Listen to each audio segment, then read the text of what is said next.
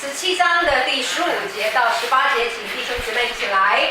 送保罗的人带他到了雅典，既领了保罗的命，叫希拉和提摩太速速到他这里来，就回去了。保罗在雅典等候他们的时候，看见满城都是偶像，就心里着急，于是在会堂里与犹太人和前进的人，并每日在世上所遇见的人辩论。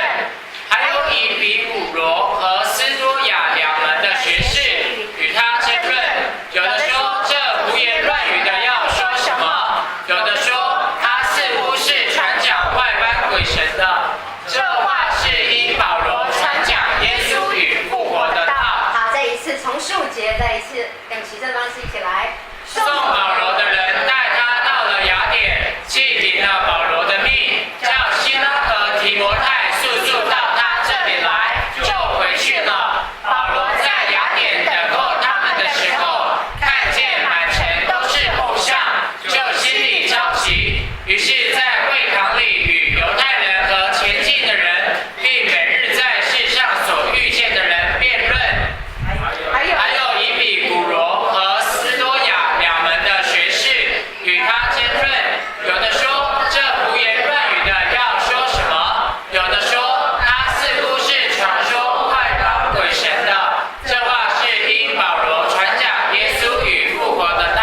好，就到这里。我们上礼拜讲到保罗跟希拉好不容易找到一个地方传福音的时候，是让大家非常谦卑、虚心领受，甚至甘心领受之后，又天天的查考圣经。这个地方在庇尼亚。那一直以来，保罗传福音就受到犹太教本身他自己的攻击。这时候，保罗、希拉走到哪，那个攻击他的、逼迫他的犹太教信徒就跟随到了嘛。因此，保罗来到了庇尼亚，他们也就随后的怎么样跟着来了，就跟着来了，变成保罗就不断的在一场被逼迫之后，他又不可能停止他宣教的脚步，因此他就顺着环境的带领，有很多人在于领受神的话里面还要再一次提升。我说我们渴望听见神对我说话，知道神对我的引导，但是往往来的我做的并不在耶稣基督的祝福里面，我们就觉得这不是神带领的道路，你说对跟不对？神推我们会往前走，我们说神，你引导我的脚步，我的未来交在你的手中，请你向我说话。还有一件事情，神用环境向我们说话。我礼拜一就接到一个在高雄聚会的姐妹，我不知道她如何在脸书当中，她问我说：“你有启示性的恩赐，你可以为我祷告吗？”我告诉她，我不在电话当中为别人做启示祷告，你要就到我们教会来，我当面为你祷告。那她告诉我，她一直在一个福音派的教会里面，她自己拥有了方言的恩赐，但是在教会里面不接受方言，不能够讲方言，因此他的灵一直被压制，一直被压制着的。那我告诉他，有一天神，你又是祷告，有一天神会带领你。那为什么我特别提到这一个？我要告诉他，我在听他所说的话。我说神已经带领你了，为什么你知道吗？他的先生已经先离开教会了，但是这一个姐妹因为孩子的缘故不离开教会。我想一想，我告诉他，我问清楚才做出我的判断。我问他说，为什么你先生走了？夫妻不应该是同心合一？为什么你先生走了，你还仍然存留在这一间教会？但是你却不认为神透过你的先生要把你带离开教会？你一直在那间教会非常的痛苦，说神都没有带领你走，这是哪门的仰望神的话语？他说不是啊，我先生是因为在教会里面面对一些逼迫啊，面对一些言语上的伤害，所以他觉得丢脸，觉得不愿意继续在教会，他换了教会。我说神常常透过环境跟我们说话，你为何不认为这就是神带领你的脚步呢？是不是？我说再来，还有我说你已经有天生拦阻你听见神的话的一个借口跟理由，为什么因着孩子而不走呢？即使神大大的跟你说说话，你还是会告诉他说：“我的孩子在这里，我不能走。”神怎么跟你说话？你没有保持一颗谦卑、一颗顺服的心，什么人都把你带不走。你为何说神没有跟你说话？我再说，亲爱的弟兄姊妹，神不一定会亲口的让你知道哪一句话，某某人啊，你往东、往西、往哪里走。神很容易透过环境，你身边的人，带给你的属灵长者、长辈，甚至跟你同伴一起祷告的人，领受神对你的带领。不要环境来了，你还说神你都没有跟我说话，然后常常跟神在那边埋怨 argue 啊。神带领我们的脚步，通常不一定是一个很平顺的环境。就像这个姐妹，她觉得她先生是发脾气啊，发脾气，然后因为服侍，然后接受很多言语的逼迫跟伤害，以至于她先生离开。所以你要走你走，我属灵生命强得很，赶不走。这不是强，我告诉她这些姐妹，我想她不是获得启示性的恩膏，反而被我训了一顿。我告诉她，亲爱的姐妹，不要有属灵的骄傲。有些时候，我们在骄傲的当中，绝对领受不到神。你不要以为你的生命比你的先生还要来得好，你就觉得他跟你不配，因此开始轻看他。我大胆的告诉他预言，你如果继续这样，你未来的婚姻绝对出问题。他告诉我已经出问题了，已经出问题，因为他轻看他的先生，他觉得他先生软弱，怎么不爱神？我说你为什么不能够扶持他？他的先生是因为他而信耶稣的，但是现在也因为他属灵的骄傲，把他的先生逼出去了。因此我说，姐妹，放下你自己，把爱放在你的心头。你要先爱你的先生，成全你的先生，这才是神对你的带领。一直以来，属灵的法则，我们服侍神久的人，通常比较知道神所带领他的方法跟手段。因此我大胆的告诉他，你好好祷告，这是神带领你很大的、很清楚的一个方式，请你领受。所以接下来我们看到保罗一路都是被逼迫的。一个服侍神的人最怕的就是这样子，我有没有领受错误？就在这样带领当中，会充满很多的怀疑，很多的不满。为什么主，我走你的道路有这么多的困难？难道你没有为我祝福吗？才不是。所以你往后看看保罗所走过的这一个宣教的服事过程当中，若没有这些逼迫，若没有这样的推，你知道他现在来到雅典。雅典是什么？雅典他在这里建造哥林多的教会。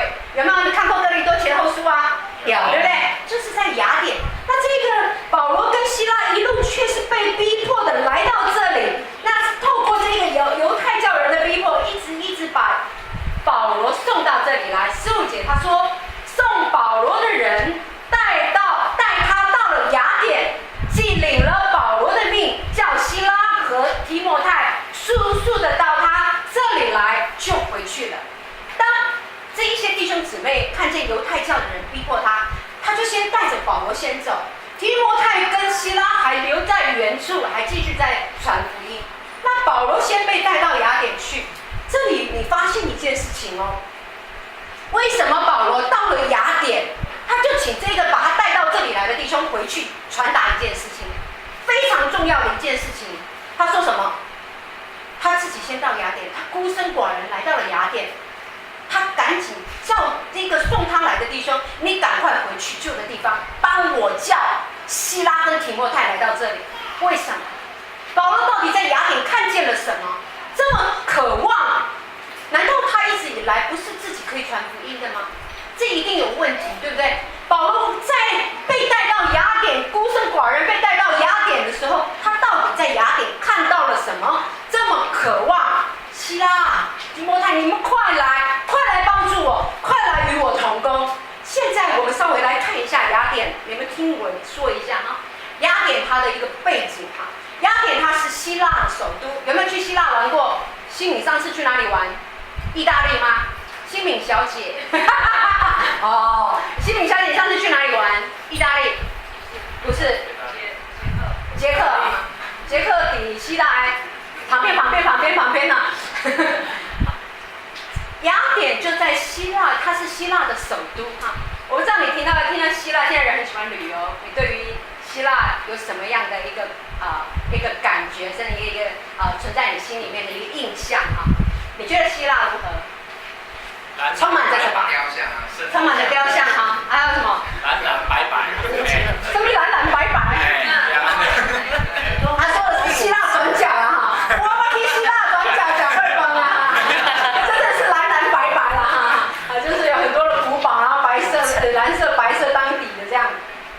希腊是一个它是一个一直以来它是一个文化非常发达，然后名人辈出的一个地方哦。它在公元前500年到300年的时候，在雅典出了很多的文士，很多喜欢讲诗的口出怎么样诗篇的那种出口成章哈，文章的章哈，出口成章的地方。那这一大艺术家、哲学家就在这里，就在这个希腊，所以它好像是看起来很文绉绉、很高水准的啊，很有气质、很有一个风度的一个国家。那自从亚历山大王死了之后呢，它这个东西有稍微逐渐的衰落，因此存留下来就是你们刚才说的一些庙宇、偶像、雕刻，还有你们刚才说的什么神像，有没有？其实它在那一个整个欧洲的地方就是一个哲学的中心。就是一个哲学的中心，也是世界上最大的学府哦，因此它就被誉为古代知识分子的总会。那时，你为什么知道会有那么多的雕像？雕像雕起来就是为了要怎么样敬拜的。那希腊就很多人开始敬拜假神，就在那个地方敬拜假神。透过这一次台风之后，你会看见很多的神木倒了。你心中的神木倒了，以前你曾经在路上看见很大的神木，那一些有没有？现在一一的就自然而然被拆毁了。有看过神木的请举手。神木就是怎么样？神木那个很大的树木怎么样？用一个红袋子空起来，有没有啊？那通常不是有人在那边吊倒主山，就是有人在那边拜拜，然后旁边有些时候会放一个土地公这样子。你会发现，就这个台风来了，这个水灾来了，全部都倒了哈。那就是这样子，亚历山大在那时候没落之后，这一些雕像就一一的存留着啊，但是不一定有人继续敬拜他了哈，但是也有哈。所以你知道，回到刚才我说的，当保罗被送到雅典的时候，他眼目一张开，全部都是偶像，在一个地方里面全部敬拜假神，对这个保罗心里面多着急啊！这个地方是福音完全未传达之地。所以他才特的那么的渴望，他的帮助赶快来，他的同工赶快来，一个人传10，两个人传20，三个人就传30了，对不对？这样倍数的成长。因此，雅典有没有听过雅典娜？有，就是在这里的一个女神，所以这个地方他所取的这个雅典的名字，就是因为这个女神。好，雅典娜，所以把这个地方取为怎么样？雅典，也就是雅典女神在这一个地方做主掌权嘛哈，所以这就是雅典的一个背景。因此就在这个文化哲学非常丰盛的地方，这一个雅典地方的人，他非常的认为高人一等，他自认为高人一等。你记得保罗哈？我们来看一节经文，保罗写给哥林多教会的一个经文章节都在讲这一件事情。哥林多前书第1章21节，他在诉说这一个地方是充满智慧，但是是属人的智慧哦。好，哥林多前书第1章21节，一起来。世人凭自己的智慧，既不认识神，神就乐意用人所当作愚拙的道理拯救那些信的人，这就是神的智慧了。好，所以在雅典充满文化哲学的一个氛围里面，所有的百姓子民都觉得他们的智慧超过万人，他们是一个最有智慧的古都，好，最有文学的基础的。因此保罗来到这里，心里面看见不仅偶像使他着急，甚至在18节的最后一段，他说依着保罗所传讲的耶稣基督复活的道，他们把他当什么？他们把他当保罗来这里胡言乱语啊，好，把他当作胡言乱语。再来这边传什么耶稣基督复活的道，在那时候有2个哲学家，哲学派是最重要最大的，就是一个叫做以比古罗派，伊比古罗派跟斯多亚派啊。那下礼拜我再解释这两个派所主讲的到底是什么。因此你可以看见，保罗来到这一个地方，这个地方你用心来想，它好不好传？好不好传？不好。好拍传，一定好拍传的哈。他们已经有自认为自己想要的信仰，甚至他们对自己的宗教信仰已经有一个解释。你知道，在各种族的行业里面哈，有各样医学体系里面哈，医生是最难传的。为什么？他们完全依靠医学。当你生病的时候，什么药该怎么吃，怎么样，然后医生自己会处理，然后医生会自己小心的去用药。所以你告诉他，我的神会行神迹，他是最难的。越有能力、越有智慧的人，他越难接受一种叫做神话。他对于神迹，他总是可以用科学、用医学来做解释。因此，这一个哥林多教会，它充满了很多，包括保罗自信来到这里的时候，每一个人在那里高举他的恩赐，却不真实的认识神。这就是非常糟糕的地方。因此，世人凭自己的智慧就不认识神。如果你再次用你处事的智慧能力来认识这一位神，我要告诉你，你可能永远无法认识这一位神。认识我们的神，第一，你要知道要放下你的自我，放下你原本自己的能力跟恩赐。我在说不一样的，恩赐跟能力是不一样的哈。恩赐是神给我们的礼物，神给我的礼物。当我有这一份恩赐，神给我的礼物的时候，我万事都能做。但是我有能力的人，你会发现你会靠自己的努力做到半死，但是不一定会达成你要的果效。我在说恩赐跟能力是不一样。不要把神给你的能力只做在你的工作职场，做在你的学校，做在你的人际关系上。把神给你的能力用到神要你做的地方，代表着神对我们的赐福，把恩赐跟能力都赐给了我们。世人凭着自己的智慧不认识神，神反而乐意用人觉得这是愚拙的道理。包括我们说亲近神，坐在那里就有神迹，就有能力；敬拜神就有永生，就有复活，就有未来。对我们一般世人来讲，这是太无稽之谈，而是胡言乱语。一直以来，在这几个月里面来，每一个弟兄姊妹自己都在经历这一些神迹。你终于知道，我们在讲台上所传讲的是真实的，不是胡言乱语的，已经不是用言语把你们骗在这里做了，已经开始有神的全能跟圣灵，把你们拉不走了，因为你们已经经历过神。那再来，信心的大小是经过圣灵跟全能不断的加添。如果你愿意在不断的增长、不断的增进，神会在你身上更做奇妙不同的工作。我记得我有一次特会所讲的信息，就是你可不可以跟神要经历？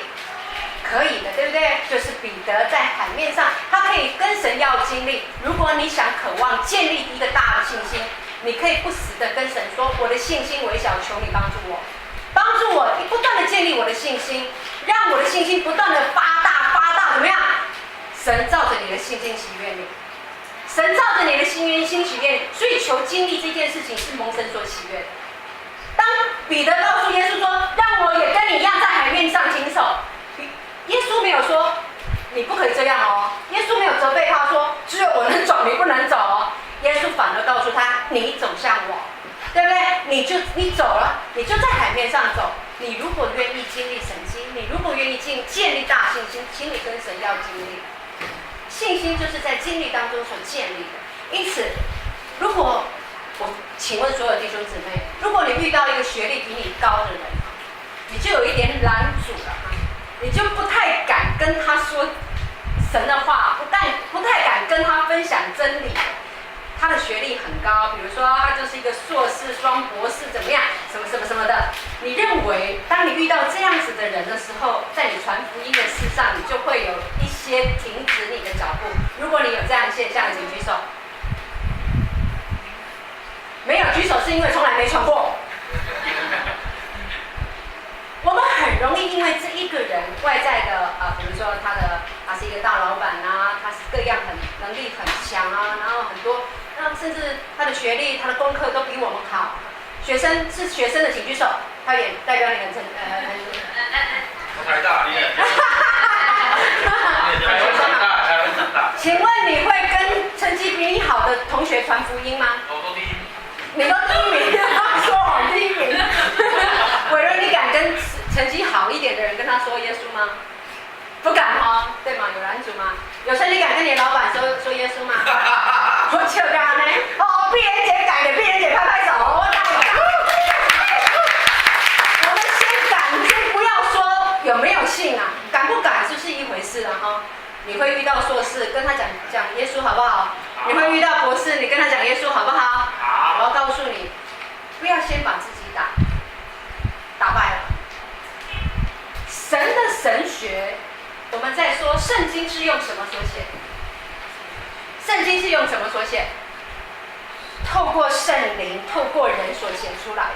请问，现在你看得懂圣经，是因为在你里面有什么？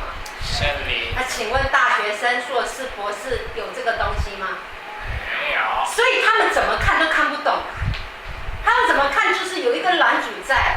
所以既然他看不懂，当然你比他厉害啊，因为你里面有一个教师啊，有一个真理的教师啊，除非你都不跟圣灵有连结的，你知道吗？耶稣说了一件事情，耶稣说叫真理的圣灵来把我们带入什么一切的真理，他们没有。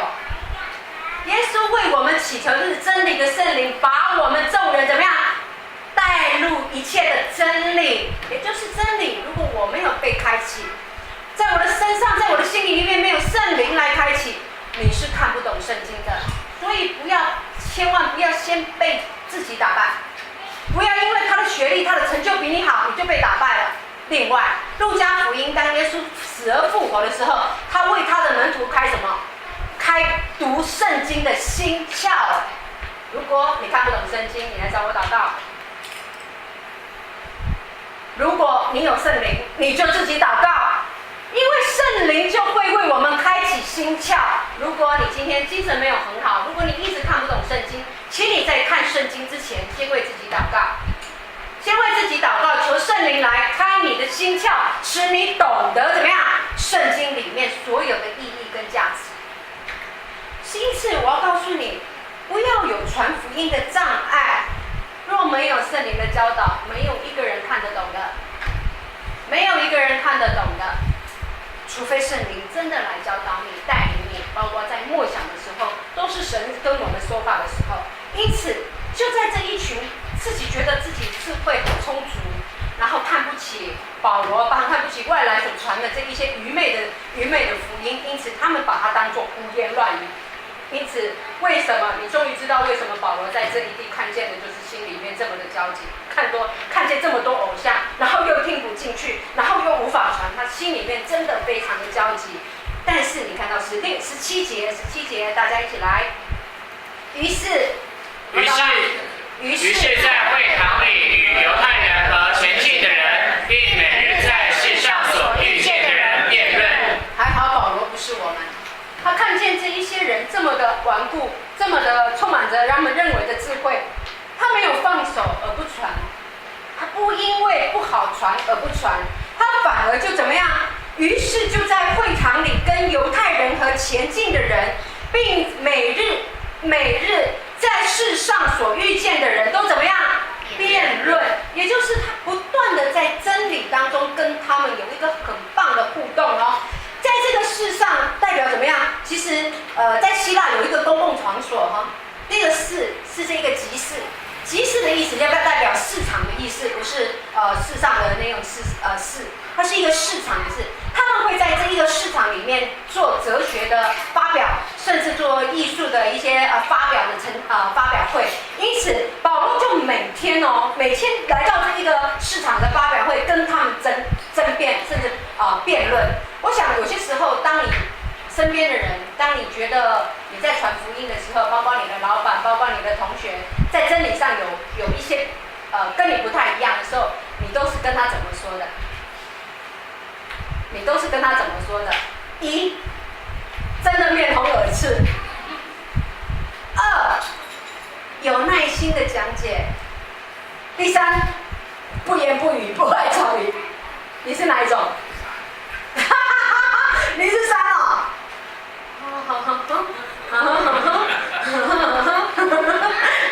我想我们还会有更好的，对不对？还有没有人会用其他的方式？我们刚才说哦，不要小看自己，要不要讲？要。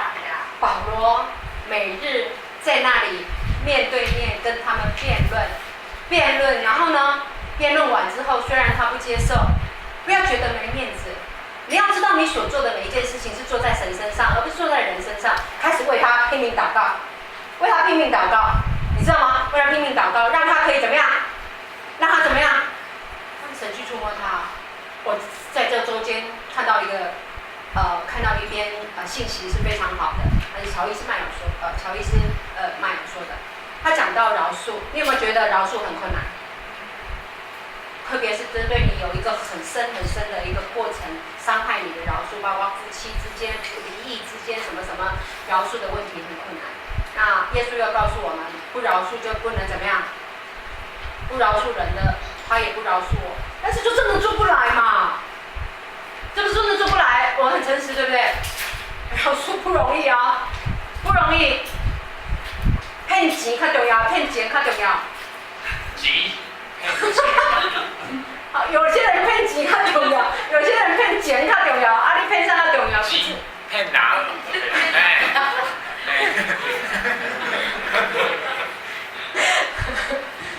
就是因每一个人的感觉是理性情感的哈，有些人骗钱是袂使，骗钱无要紧哈。有些人像你写拍摄骗我钱，你就莫骗我钱，那不一定的，那真的是很痛苦嘛，是不是？有些时候骗太贵，不来，那等下我骗到无半身跟负债，我都气的，你讲叫我饶恕很难呐。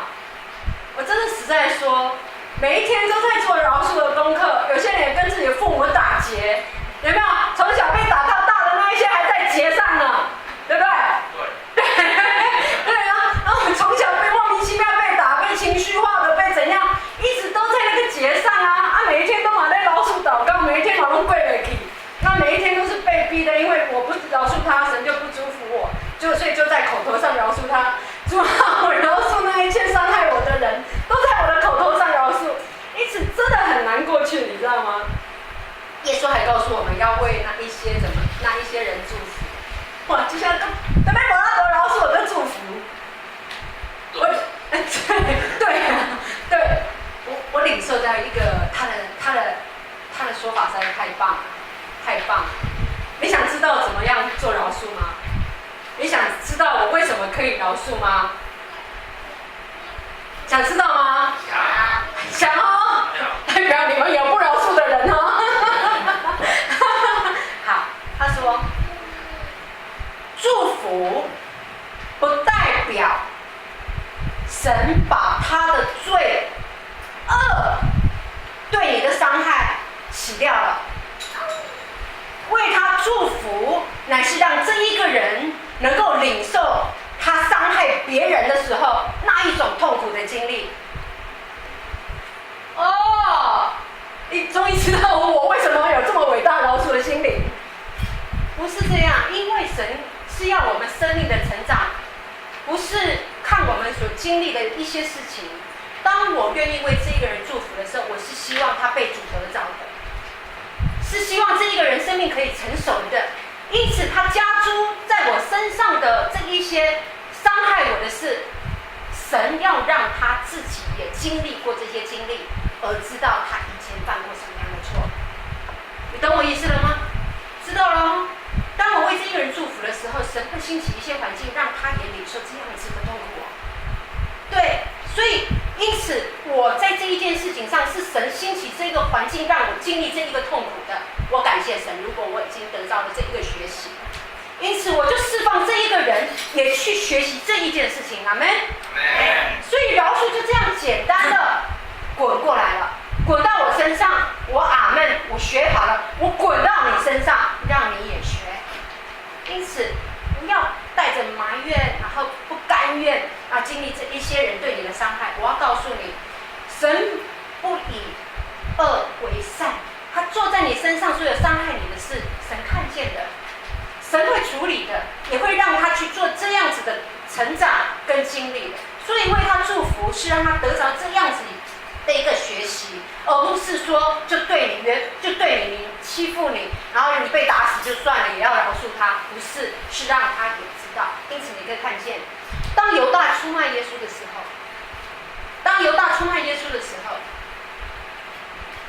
耶稣被背叛了，被自己最爱的人被背叛了。后来犹大的结局是什么？犹大的结局是什么？他自己出卖了他自己，他把自己的生命结束掉了，对不对？所以这时候我们可以看见，饶恕的问题不是那么难的。如果你真知道在饶恕的祝福当中，我很容易就可以去饶恕一个伤害我的人，因为这是对我来讲是我成长的一个机会。我要感谢他，让我得到这样子的伤害跟学习。我感谢他，因为如果没有他，我就没有这样的经历；如果没有他，我就没有这样学习。被红骗钱，我那不简单哦，对不对？不简单，要是你有钱，好红骗嘛；要是你有钱，红骗嘛，对不对？你成长了没？所以就过去吧，为他祝福啊，没？回去大力的祝福好不好？而且担心的为他祝福好不好？年轻的大大为他祝福。所以你看见为什么这一些人，当他懂得真理的时候，这一些人欺负他的时候，他可以告诉他，天父他所做的不知道，他不知道，有一天他会知道的。有一天他会知道的。好，接下来他就讲到，于是这一群人保罗就继续的在世上遇到的这一群人，继续的帮他传福音，帮他传福音。好，来第18节，还有以毕古罗和斯多亚两门的学士跟他在那里怎么样争辩？在这两边争辩，这两个学派跟我们现在台湾人非常的像。那我们现在在基督教里面非常的像，下礼拜再把他们仔细的告诉所有弟兄姊妹。好，再来他说，这两个学派跟保罗争论，有的说这是胡言乱语，有的说这是什么，似乎是传外邦鬼神的这话。他们对于保罗所说的耶稣死里复活是不可能的事，因此不仅是胡言乱语，还讲到他是外邦的鬼神。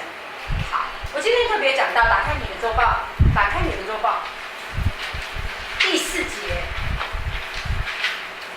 哥林多前书，哥林多教会讲到的是一群充满着智慧的人所聚集的地方。让我考验弟兄姊妹，什么是真有智慧的人？想一下，今天考一个申论题，这一个地方，这一个雅典地方，都是智慧的人，他自己认为啦，都是智慧的人。但是在你认识神之后，你认为什么是真智慧的人？想一下。我们上礼拜有讲到什么是真谦卑的人，我考一下，什么是真谦卑的人？什么是真谦卑的人？小周拢唔知咧破上面冰破干了哈。那么讨论到这个问题，什么是真谦卑的人？就是面对一个新的道理、新的学习、新的教导，我就怎么样甘心的领受，并且怎么样查考求证，对不对？这是真的谦虚的人啊，不是只是领受，然后愚忠管他对不对？今天脸书说吃什么会医治骨头，结果隔天就翻转了。有一次说桂喵可以治疗所有的糖尿病，治疗癌症，结果1个月说吃1个月就好了，结果我们就真的1个礼拜都在吃桂喵，结果1个礼拜之后，脸书发生说桂喵会严重的产生癌细胞，真的是要到命就除了，要天天甘心领受之后要查考，而且求证了，你知道吗？再来，这才是居心的人嘛哈。还有一件事情，那你问说，那我怎么查考？如果像这样子，你去求证查考阿郎的戏好不好？以后选择那一个比较不会出生死的。脸书也教导我们用什么南瓜蒸豆浆，说会治疗什么样退化性关节。我老的讲一个月啊，嘛唔知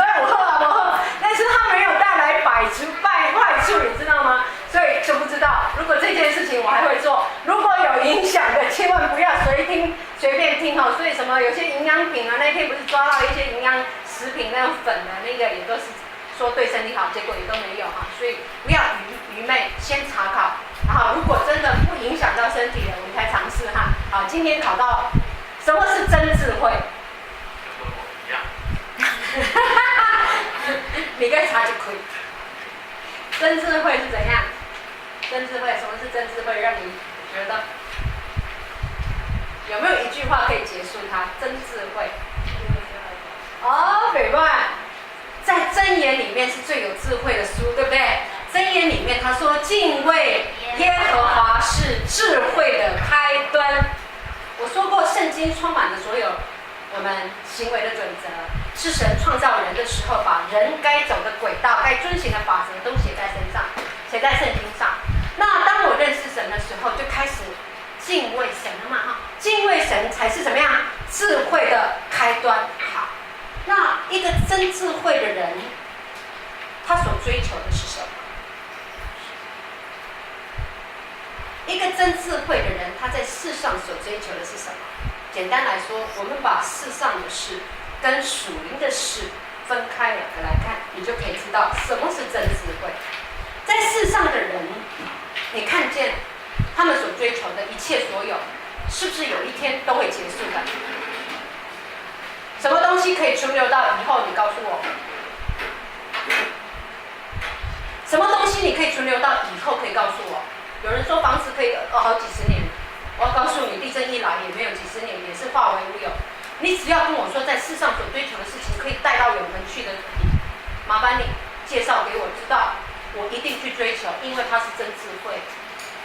你会发现，世上人所追求，当他不认识神，当他没有敬畏神、有智慧的开端的时候，一直在追求都是短暂的，都会怎么样？都会化为乌有。这是有智慧的人会选择的吗？谁都知道投资一定要有后面长远的眼光，要放得远，对不对？要投得准。好，小投资要大报偿，而且是长时间的报偿。我们都在做人生的投资课，你知道吗？你们都忽略每一天在那边白活。我要说的是，你在做你人生的投资课，你有好好的投资你的人生的，请举手。没有啊。当你认识神的时候，你没有好好投资你人生的未来吗？我们现在就在投资了。我在投资我的未来，我在投资在我70、80年死了之后，我的未来那永远不会化为乌有的，永远被神所纪念的。有人在我们更换教会的时候，很多人觉得我失去很多，因为我29岁信耶稣，就在一间教会伫立在那边不走了，伫立在那边，开始神把我放在青年团契里面，开始牧养的时候，我只有牧师的儿子跟女儿是我的同工，牧师的儿子跟女儿，接下来不断的越来越多，如果不离开教会，应该有上百个，存留在我身边的应该有30、40个，然后在小组里面跟我很亲密的大概有10、20个。但是我一离开，我什么都没有了。有些人觉得我失去很多，神问我，你到底投资在谁身上？你到底把眼目放在谁的身上？你爱我的孩子，建造我这一群可爱的孩子，是建造在你自己的国度、荣耀、骄傲里，还是建造在耶稣基督的身上？一个从只有牧师女儿，他们赶不走嘛。从我开始信耶稣的时候，你知道我如何带小组吗？我比我们的李挺惨很多。他还有基本的建造、造就，包括我们教会的小组长，每一个人都被建造好几十年，都跟在我身边被我建造好几十年了。当我进基督里面的时候，我连祝福歌都不会唱。你知道我怎么带小组的吗？你知道我怎么带领青年团契的吗？今天来逛这个夜市，下个礼拜看看哪一出电影，是每一个礼拜这么痛苦在过日子的，你知道吗？但是我还做不做？继续做啊，越来越有能力了，开始唱诗歌敬拜神。接下来呢，就拿一段那个标杆人生啊，什么课程啊，亚比士的祷告啊，然后一个礼拜，哎呦 pass 过一个礼拜 ，pass 过一个礼拜，直到青年教会、青年去团契成为教会的一个主轴，包括敬拜团，包括各个小组，它成为教会的一个基本根基。但是神有一天启示我会离开教会，你知道我多痛苦吗？每一个礼拜我看见我的孩子，就在敬拜团，甚至在台上这样子的敬拜的时候，我都跑出去哭，因为我觉得我要离开他们好困难。已经建造了10多年的情感，用钱空，用架空，用感情空。我觉得离开他们好难，每一次都偷跑出去，他们都不知道为什么偷跑出去，太难了啦，太难了。你知道我半点钟就跟人很感情啊，我。然后我习惯跟人保感情，就是那种很直接、很诚实的，不想要伪装，全心给他的。又加上当进入基督里面的时候，你知道跟这一群孩子分开有多难？1年、2年，然后就在那边做预备，你知道那个挣扎。我相信每一个母亲要离开自己的孩子，都是用哭的，你知道吗？我就是这样子，每一个礼拜看他们越活泼，就看他们好像都不知影，你真的就紧张的，你给头，你妈妈都没离开你，你都不知这样感觉，你知道吗？就发现这样，那就每一次都出去哭，每一次都出去哭，他们就越来越茁壮，我们就看见他越来越茁壮。然后真的要离开的时候，已经吃了秤砣铁了心，其实已经跟神交代好了，说这些孩子交在你的手中，因为我怕我走了，他们也离开神，这是我最害怕的一件事情。最害怕的一件事情，当这一个做母亲离开的时候，我就最怕的是孩子是不是还能够站立在根基上，还能不能够继续的追求耶稣。这已经不是我能够做的事。神跟我要的是你跟我的关系，我带领你，你要不要走？不是残留着以前带领他们一切的丰功伟业，他们跟我一起大大小小经历太多的事，莫名其妙的，包括所有在教会里面的特会，突然第一次的特会20-30个人，我们想说的随便发个 DM， 结果那一页来了教会挤不下去的人，我牧师都吓了一跳。那时候我还没有讲到的恩赐跟恩膏，我那个带领聚会主领的那一个弟兄上礼拜结婚了，我还去帮他祝福祷告。更是奇妙，当我牧师真的在底下错了大点兄，怎么突然间来了这么100-200个人，然后要来参加今天晚上的特会？这个东西都会过去，阿们。亲爱的弟兄姊妹，你到底在世上追求什么？我要再一次的提醒你，有什么可以存留的，你告诉我，我来投资。有什么可以存留的，我来投资。